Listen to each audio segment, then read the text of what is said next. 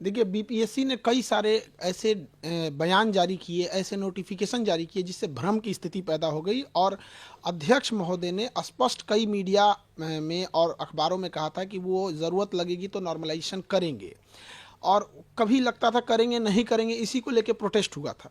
तो उन्होंने हमारे 5 सेंटरों को इसे नोटिस भेज दिए। देखिए, इसमें है मुसल्लापुर बोरिंग रोड पटना का है, ये मुखर्जी नगर दिल्ली है, करोल बाग दिल्ली है, और ये प्रयागराज सेंटर पे इन्होंने भेजा है। हालांकि इनसे एक छूट गया है, देहरादून छूट गया है और गुवाहाटी खुल रहा है, वो छूट गया है। इन्हें वहाँ भी भेजना चाहिए, हम इसका जवाब देंगे। और इसमें कहा गया है कि हमने बच्चों को भड़का दिया यहाँ पे, जो कि सरासर गलत है। आप ये समझ सकते हैं कि आयोग कितना अयोग्य हो चुका है। हम बच्चे को कैसे समझा भड़का सकते हैं, जो बच्चा खुद बीपीएससी का एग्जाम देने जा रहा है, एसडीएम डीएसपी बनने वाला है। यहाँ पर इनके गलत एक्शन की वजह से वो अपना विरोध संवैधानिक अधिकार के लिए मांग करने वहां गए थे। और एक शिक्षक की नैतिक जिम्मेदारी होने के नाते बच्चों के साथ जब भी अहित होगा तो उनके लड़ने के लिए उनके गार्जियन तो आएंगे नहीं। बच्चे गांव से आए हैं, वो मिडिल क्लास के बच्चे हैं, उनके पास इतना संसाधन भी नहीं है। तो हम उनको एक सही ढंग से एक जो तरीका है गर्दनी बाग, जो बिहार सरकार ने धरना स्थल के लिए दिया है, वहां जाके हम प्रोटेस्ट कर रहे थे। उसके लिए इन्होंने एक नोटिस भेज दिया, और इस नोटिस में उन्होंने कहा है कि हमारे ऊपर क्रिमिनल ऑफेंस, क्रिमिनल केस करेंगे ये, अगर हम ये नहीं करते हैं तो। अब बताइए, शिक्षक के ऊपर अगर ये क्रिमिनल एंड सिविल एलिगेशन लगाएंगे यहाँ पे, अगर हमने इनसे जवाब नहीं दिया और नोटिस का हमने इनको माफ़ी नहीं मांगे 15 दिन के अंदर, तो पहले तो हम आयोग को बता दें कि माफ़ी तो हम नहीं मांगने वाले हैं। 2 साल जेल काट लेंगे वो सही है। एक शिक्षक को ये क्रिमिनल बोलेंगे, ये पूरी देश देख रही है कि बिहार में क्या हो रहा है। हम कोई अपने लिए नहीं लड़ने गए थे, विद्यार्थियों के हक के लिए लड़ाई लड़ने गए थे यहाँ पर। और जो पूरे बिहार में एक प्रचलन है, सारे जगह ये गली गली में लोगों को ये हल्ला है कि सीटें बेची जा रही हैं। हमने इसी चीज़ों को दोहराया है, और आयोग इस पर स्पष्टीकरण करे कि आखिर ऐसा क्यों हो रहा है, स्केलिंग क्यों करेगा आयोग यहाँ। और उनका कहना है कि सार्वजनिक रूप से माफ़ी मांगे। माफ़ी तो आयोग को मांगना चाहिए सारे बच्चों से कि इस चुनावी वर्ष में पूरे बिहार का किरकिरी करा दिए, इतने बच्चों का, जहां कोई परीक्षा नहीं करा सकते हैं। तो ये आयोग को तो कहीं से इस बात पे होना ही नहीं चाहिए कि हम लोग से नोटिस दे। यहाँ पर आपने डीएसपी एसडीएम जैसे लोगों सीट जीतने की बातें को लेकर है कहा है, उसमें कि आप बिक गया सीट, उसको लेकर है अपने बीपीएससी की छवि धूमिल की आपने। बीपीएससी स्वयं अपनी छवि धूमिल की है। जिसका पेपर लीक हो जाता है, जिसके चेयरमैन कहते हैं कि इस पेपर को कोई नहीं फाड़ सकता, उसको कोई रगड़ कैसे फाड़ दे, जो कहता है कि यहाँ पर सबसे सुरक्षित बापू परीक्षा परिषद बिहार का सबसे अच्छा सुरक्षित है, वहाँ से सबसे ज़्यादा हंगामा हो जाए, इससे ज़्यादा छवि क्या खराब हो सकती है। आरा में पिछले साल पेपर लीक हो गया, इस साल ऐसे हो गया यहाँ पर, तो इससे हम क्या छवि खराब करेंगे। दूसरा कि जो एसडीएम की सीटें बेची जा रही हैं, जो डीएसपी की सीटें बेची जा रही हैं, ये तमाम मीडिया में चले हुए चीज़ें हैं। तो एक जिम्मेदार नागरिक होने के नाते और एक विद्यार्थियों का शिक्षक होने के नाते ये मेरा कर्तव्य बनता है कि हम इसको और बड़े मुद्दे पर उठाएं, ताकि इस पर जांच हो सके। यदि ऐसा नहीं है तो नार्को टेस्ट कराया जाए। हम यही कहते हैं कि देश में हम भी इतने दिन से पढ़ा रहे हैं, ये जांच और उसकी रिपोर्ट कब जांच होती है, कब रिपोर्ट दब जाती है, किसी को नहीं पता चलता है।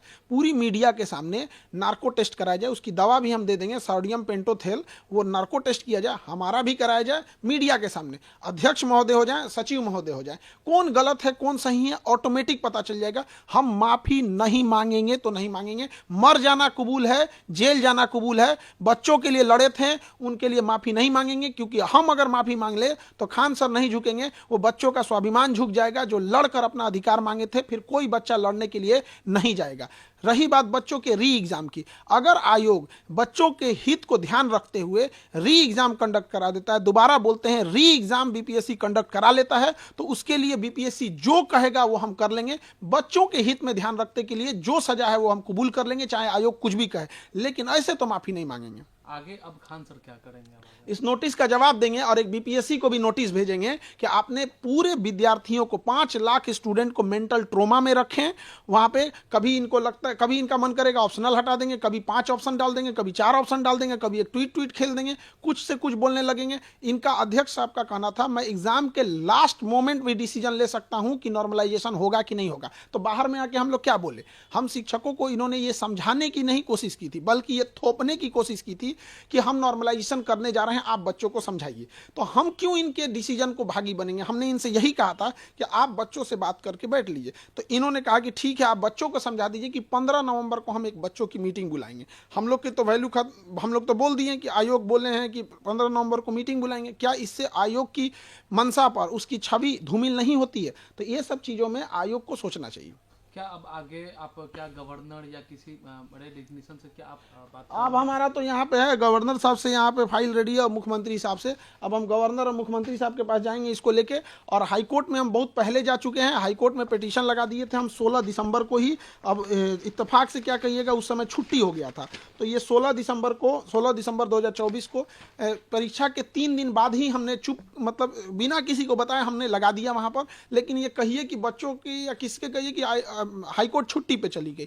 तो हम ये तीनों जगह अब जाएंगे, हम छोड़ेंगे नहीं किसी को भी। बच्चों के भविष्य के साथ खेलने का अधिकार किसी को नहीं है। वो बच्चे मिडिल क्लास से आ रहे हैं, कोई गरीब है, वो देख रहा होता है कि गलत हो रहा है, लेकिन ऐसा नहीं है कि उसको होने देंगे। इसकी सीबीआई जांच होनी चाहिए, सीबीआई जांच जाए अपने जगह पे। नार्को टेस्ट सबसे जरूरी है। क्या आप सीबीआई जांच की मांग कर रहे हैं? हम सीबीआई जांच करते हैं, सबसे पहले हमसे शुरू करें, वरना आयोग उसके बाद अध्यक्ष पे जाए। पहले हमारे से स्टार्ट कर ले, नार्को टेस्ट कर ले, फिर अध्यक्ष से। क्या कौन झूठ बोल रहा है, कौन सच बोल रहा है, सब सामने आ जाएगा। यहाँ पे संवैधानिक जगह पे बैठ के संविधान की रक्षा करनी चाहिए, देश की भविष्य का। इससे पहले अतुल प्रसाद भी थे, इतनी बड़ी परीक्षा कंडक्ट कराएं, इस तरह का तो एलिगेशन उन पे नहीं लगा। ये एक एग्जाम कंडक्ट कराने में पूरी तरह से धज्जी उड़ा दी है बीपीएससी का।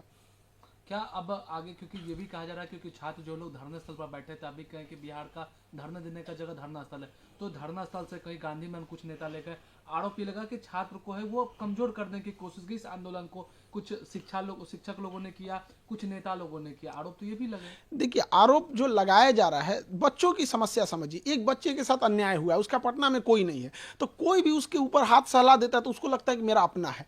ये कुछ शिक्षक जैसे कोई बीपीएससी नहीं पढ़ाते हैं, तो वो भी वहाँ अगर हैं तो बच्चों को लगता है ना कि भाई मेरा मोरल सपोर्ट मिल रहा है, वो उसे भगाएगा तो नहीं। अगर कोई राजनेता आ रहा है तो उसे वो भगाएगा तो नहीं। और ये राजनीतिकरण क्यों हुआ है? माननीय मुख्यमंत्री इसमें हस्तक्षेप नहीं किए। यदि वो 2 दिन 4 दिन के अंदर, 1 हफ्ते के अंदर हस्तक्षेप कर लेते तो किसी को राजनीतिकरण नहीं होने देता। हमें या किसी विद्यार्थी को ये अधिकार थोड़ी है कि उनके धरना स्थल पे कोई अगर राजनेता आता है तो उसे वो भगा देंगे यहाँ पर।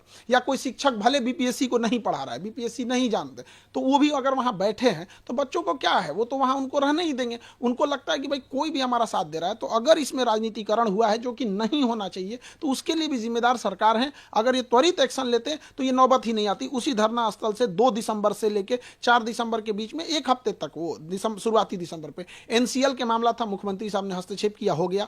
6 दिसंबर को नॉर्मलाइजेशन खत्म था, हो गया। यहाँ भी हस्तक्षेप करते तो नहीं होता। ये चुनावी वर्ष है, मुख्यमंत्री साहब को भी सोचना चाहिए कि बच्चों के भविष्य में सोचेंगे तो बच्चे भी अच्छा करेंगे। लेकिन बीपीएससी तो ऑटोनोमस बॉडी है, तो इस पर फिर हस्तक्षेप। ये कहने के लिए सारी चीजें होती हैं।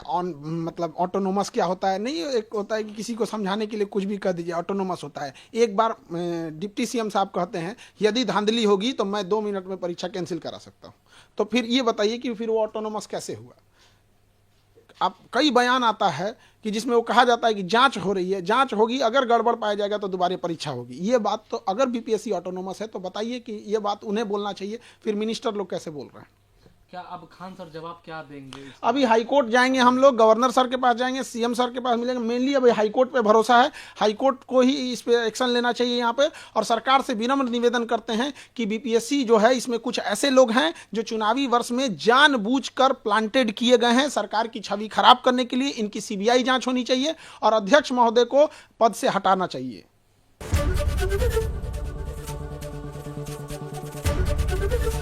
एबीपी गंगा, खबर आपकी, जुबान आपकी।